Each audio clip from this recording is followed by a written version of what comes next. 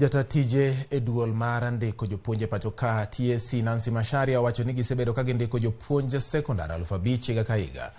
Kochopo e nyim komiti mar od bura mochung' ne somo, Macharia omedo ni kwan ni pod ni piny ka owinjo gindik jopuonje sekondar malo mar 20,000, mak mana ni kaluwore kod omenda momigi mar ndiko jopuonje ginyalo mana ndiko 5,000 go kende.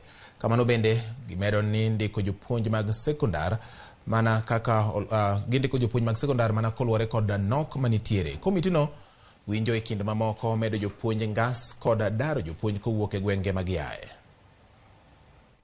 The same question why we were never given funds. I mean, why we didn't recruit primary school teachers, we never got funds. We never at all got funds. We would only get funds for secondary school teachers for the 100% transition, and that is clear in the budget statement. And if you check on table 2, that is where all the money was going, and you'll see the 5,000 teachers.